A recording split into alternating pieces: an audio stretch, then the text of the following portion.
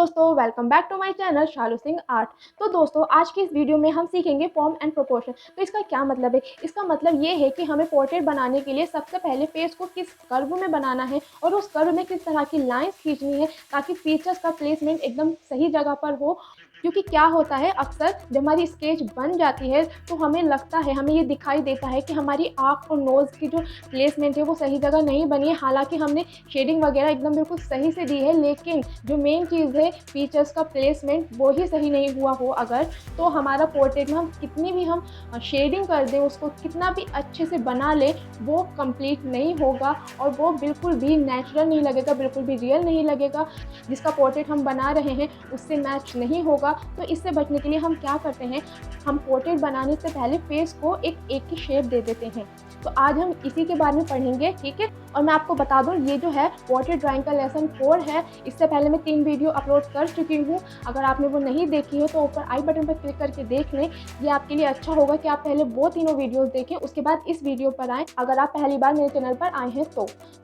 अब इस पर वापस आते हैं। तो आप यहाँ देख रहे हैं कि यहाँ पर एग की शेप बनी हुई है। हमने एग की शेप क्यों ली है? बहुत से लोग आप में से शायद जानते हों, लेकिन बहुत से नहीं जानते हों कि हमारा जो फेस होता है वो एकदम एग की तरह होता है। आप एक काम कीजिए, अगर घर पर हैं तो आप एक एग लेकर आइए और उसमें आप बिल्कुल इसी तरह से रखिए और अपने लेफ्ट साइड से अगर आप लाइट मारेंगे उस अंडे पर तो बिल्कुल इसी तरह की शेडिंग होगी उस अंडे में। सेम हमारा फेस होता है बिल्कुल इसी तरह से। अगर हम इस तरह से बैठेंगे, जैसे ये फेस बना हुआ है, हम लेफ्ट साइड से लाइट मार रहे हैं तो हमारे राइट साइड में शेडिंग आ गई बिल्कुल एग की तरह।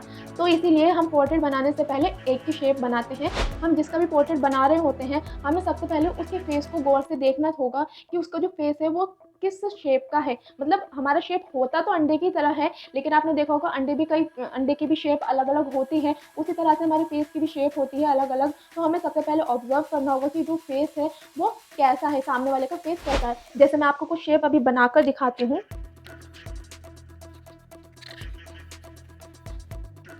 तो मैं आपको अलग अलग शेप बनाकर दिखाती हूँ कि इंसान का फेस किस किस तरह से होता है।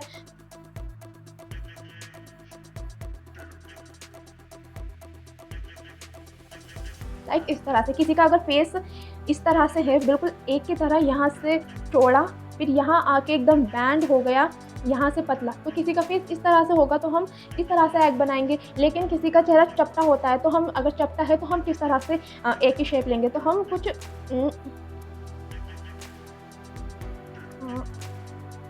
लाइक इस तरह की हम शेप बनाएंगे एग की।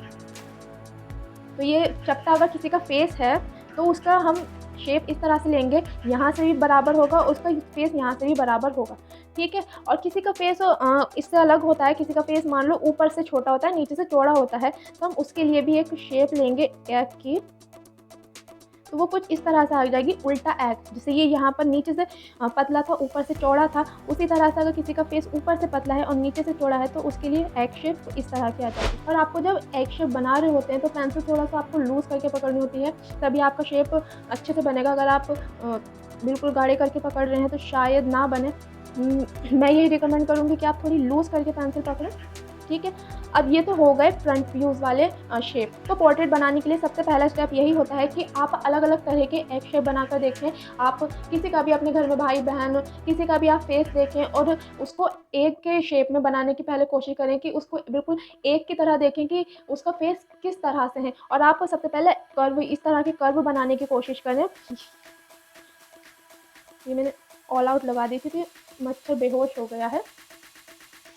तो आपको मैंने बताया, आपको पहले एक शेप बनाकर देखनी होगी इस तरह से, ठीक है।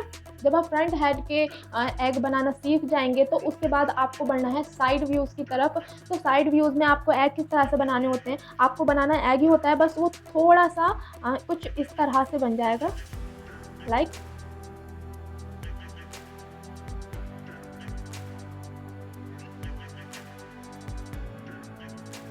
कुछ इस तरह से, ठीक है। और अगर किसी का चेहरा डाउनवर्ड है, लाइक लाइक इट, तो आपको किस तरह से बनाना है, आपको कुछ झुका हुआ सा बनाना है इस तरह से।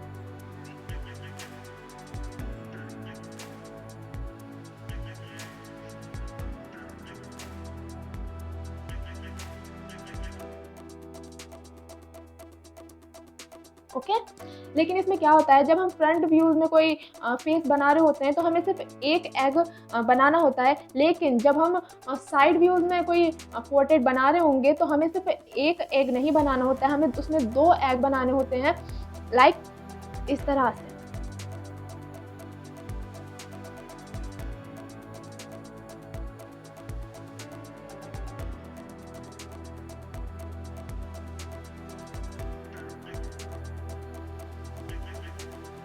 इस तरह से हमें 2 एग बनाने होते हैं जब हम साइड व्यूज़ या झुके हुए चेहरे का कोई पोर्ट्रेट बना रहे होंगे। तो आज की क्लास में यही ख़त्म करती हूँ। आगे की क्लास में मैं आपको बताऊँगी कि आप किस तरह से ये एग का मेज़रमेंट करेंगे। ये जो सेकंड एग जो मैंने बनाया है इस पर ओवरलैप करके, आपको ये किस तरह से बनाना है, आपको कितना बड़ा बनाना है, कितना छोटा बनाना है, ये सब मैं आपको नेक्स्ट वीडियो में बताऊँगी। फ़िलहाल तब तक आप एग बनाने की प्रैक्टिस करें, जो एग मैंने बनाए हैं ओवरलैपिंग करके। और साइड व्यूज़ आप कोई भी इंटरनेट से फ़ोटो ले लें या अपनी गैलरी में जाके किसी का भी फ़ोटो ले लें और उसका चेहरा देखें और उसको ऑब्ज़र्व करें, यानी उसका फेस चपटा है तो इस तरह से एग बनेगा, अगर उसका फेस लंबा है तो इस तरह से बनेगा, अगर उसका फेस ऊपर से छोटा नीचे से चौड़ा है तो किस तरह का एग बनेगा। आप अलग-अलग शेप के एग बनाइए। जब आप ये सब बनाना सीख जाएँगे, आपकी इस पर प्रैक्टिस हो जाएगी, तब हम आगे बढ़ेंगे। अगर आप एग बनाना नहीं सीखेंगे तो शायद आपके लिए थोड़ा डिफ़िकल्ट हो जाएगा। बहुत से लोग होते हैं जो बिना एग शेप बनाए हुए ही पोर्ट्रेट बना लेते हैं,